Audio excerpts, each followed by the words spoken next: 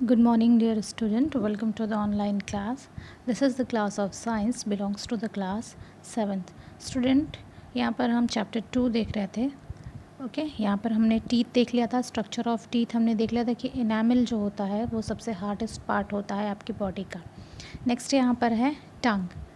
टंग जो होता है वो हमारे डाइजेशन में बहुत ज़्यादा इम्पॉर्टेंट रोल प्ले करता है, क्योंकि जो हमारा जो जो बकल कैविटी यानी कि जो मुंह है उसके अंदर कुछ ग्लैंड्स होती हैं जिन्हें सलेवरी ग्लैंड्स कहते हैं, जहाँ से क्या सिक्रीट होता है, सलाइवा.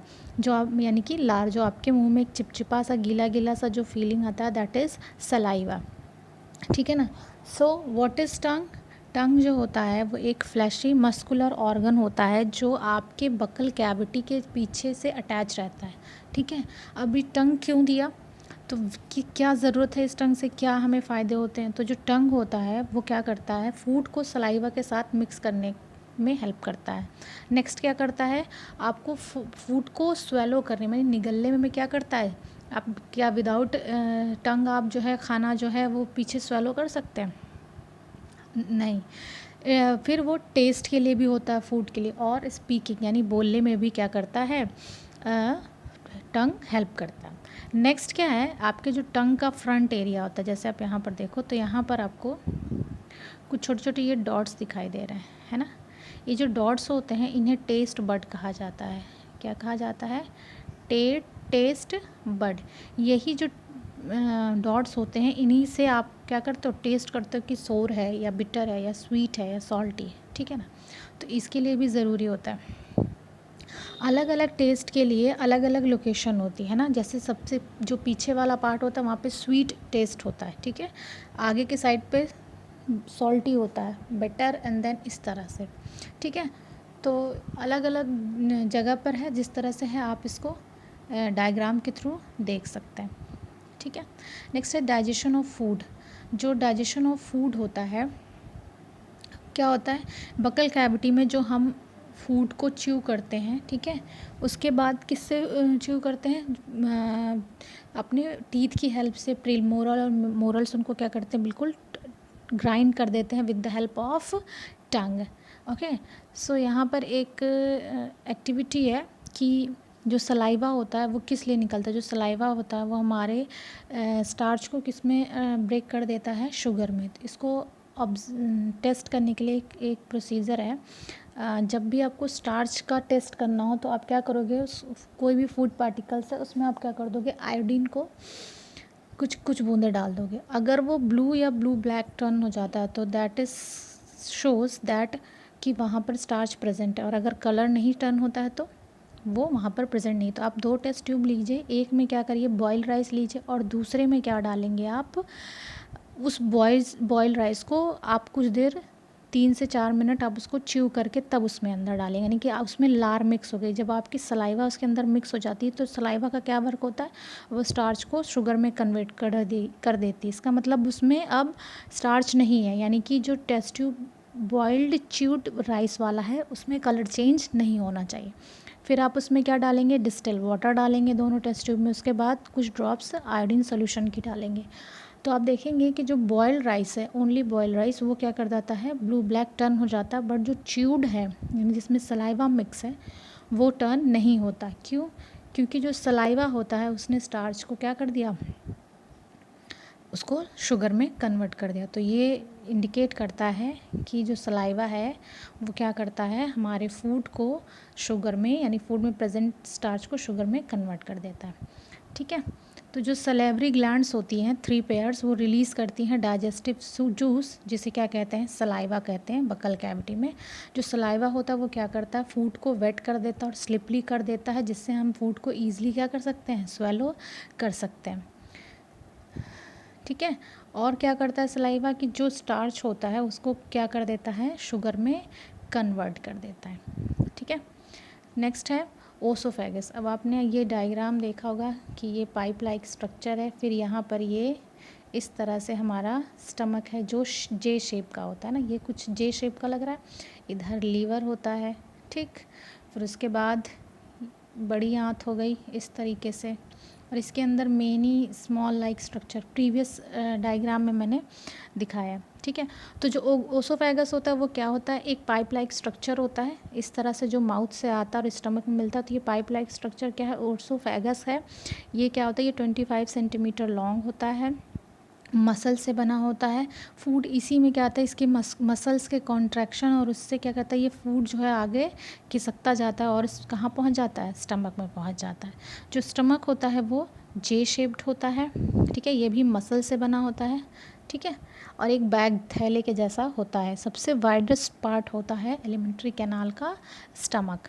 उसमें कुछ गैस्ट्रिक ग्लैंड्स होते हैं जिनसे कुछ जूस निकलते हैं, जैसे कि mucus, hydrochloric acid and digestive enzyme. Hydrochloric acid जो होता है वो क्या करता है, जितने भी कीड़े मकोड़े आते हैं, बिकॉज उसका एसिडिक नेचर होता है तो वो उनको जलाकर मार देता है। और हाइड्रोक्लोरिक एसिड हमारे स्टमक की वॉल को भी नुकसान पहुंचा सकते हैं, इसलिए वहाँ पर एक म्यूकस रिलीज़ किया जाता है। म्यूकस क्या करता है, एक स्टिकी सा चिपचिपा सा सब्सटेंस होता है जो स्टमक की वॉल से लग जाता है, तो हाइड्रोक्लोरिक एसिड उसको क्या करता है, कोई भी हार्म नहीं पहुंचाता, है ना। तो हाइड्रोक्लोरिक बैक्टीरिया को किल कर देता है और एंजाइम्स के एक्शन को प्रमोट करता है, ठीक है।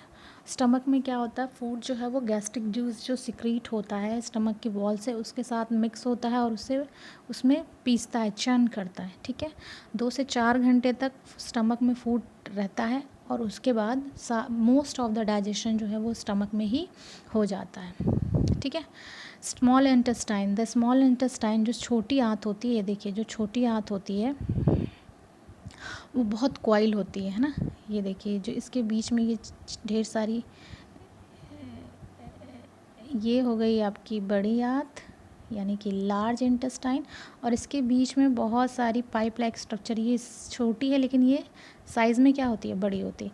तो ये क्या है, अबाउट 7.5 मीटर लॉन्ग होती है इसकी लेंथ, ठीक है। ये स्टमक के नीचे होती है। यहाँ पर जो बाकी जो डाइजेशन होता है, जो पार्शियली डाइजेशन होता है वो यहाँ पर होता है जूस के थ्रू। जो पैंक्रियास से निकलता है उसे कहते हैं bile juice, sorry pancreatic juice, और लीवर से निकलता है बाइल जूस, जो दोनों में मिल करके उसको क्या करता है, उसको जो न्यूट्रिएंट्स होते हैं उनको एब्जॉर्व करता है। फिर वो जाते हैं बड़ी आंतों में यानी कि लार्ज इंटेस्टाइन में, और लार्ज इंटेस्टाइन से होते हुए वो कहाँ निकल जाते हैं, रेक्टम में आकर एनएस के थ्रू एक्सक्रीट कर जाते हैं, ठीक है। तो स्मॉल इंटेस्टाइन हुआ, ठीक है। फिर digestion of all components of food completed here and in product are ready to absorb, ठीक है। सारे जो होते हैं वो क्या हो जाते हैं, एब्जॉर्व हो जाते हैं। Absorption of digestion food in small intestine, तो सारा उसमें क्या कहते हैं डाइजेस्ट हो गया। अब क्या करेंगे, जो स्मॉल इंटेस्टाइन है वो क्या करते हैं, न्यूट्रिएंट को उसमें एब्जॉर्व कर लेते हैं, ठीक है। जो स्मॉल इंटेस्टाइन होती है उनमें ऐसे फिंगर लाइक स्ट्रक्चर होती हैं जिन्हें क्या कहा जाता है, विलाई कहा जाता है। क्या कहा जाता है, विलाई। फिंगर लाइक प्रोजेक्शंस होती हैं, वो क्या करती हैं, वो जो फूड पार्टिकल्स हैं उसमें से न्यूट्रिशन को क्या कर लेती हैं, सक कर लेती हैं, है ना। सक करने के बाद जो है उन्हें ब्लड वेसल्स में डाल देती हैं और फिर वो ब्लड वेसल्स क्या कर जाते हैं, ब्लड स्ट्रीम में मिल करके पूरे बॉडी तक पहुंचा देते हैं, ठीक है। The absorb nutrient are taken to all the cells, पूरी बॉडी तक जाते हैं, फिर उनको एनर्जी मिलती है जिससे वो अपना वर्क करते हैं। और जो एक्सेस एनर्जी यानी कि रिक्वायरमेंट के अलावा जो न्यूट्रिएंट्स बच जाते हैं उनको बॉडी क्या कर लेती है, स्टोर कर लेती है, ताकि हम जब हमें नीड हो तो हम उसे फिर से ले सकें। The incorporation of absorb nutrient into the cell component is called assimilation, यानी कि जो न्यूट्रिएंट है वो सेल तक पहुंच के उसको एब्जॉर्व कर लिया और उसका यूटिलाइजेशन हो गया, that is called assimilation.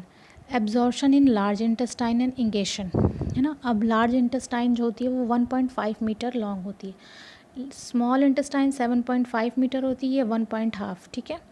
The undigested food यानी कि जो वेस्ट है move to the small intestine to the large, अब लार्ज में पहुंच गया। लार्ज में क्या होता है, जो पानी होता है वो क्या करता है, और जो सॉल्ट्स होते हैं वो सारे उससे एब्जॉर्व कर लिए जाते हैं और बाकी का जो सॉलिड बचता है फिर उसको कहाँ पे भेज देता है, रेक्टम में। This wet solid called faeces, उनको क्या कहते हैं, फीसेस कहते हैं, और फिर उसको बॉडी को एनएस के थ्रू बाहर निकाल दिया जाता है। तो ये जो throwing off the solid waste out of the body, इस प्रोसेस को क्या कहते हैं, इगेशन। पहला इंगेशन लेना और ये है इगेशन यानी कि बाहर फेंक देना। तो ये हो गया ह्यूमन डाइजेशन। सो यहाँ पर आपका ये चैप्टर कंप्लीट हो गया और नेक्स्ट क्लास में हम इसका एक्सरसाइज डन करेंगे।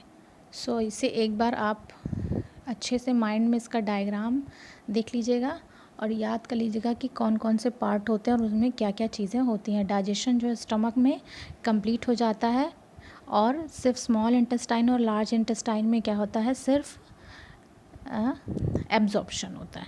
ओके, सो नेक्स्ट क्लास में हम नेक्स्ट एक्सरसाइज के साथ मिलेंगे।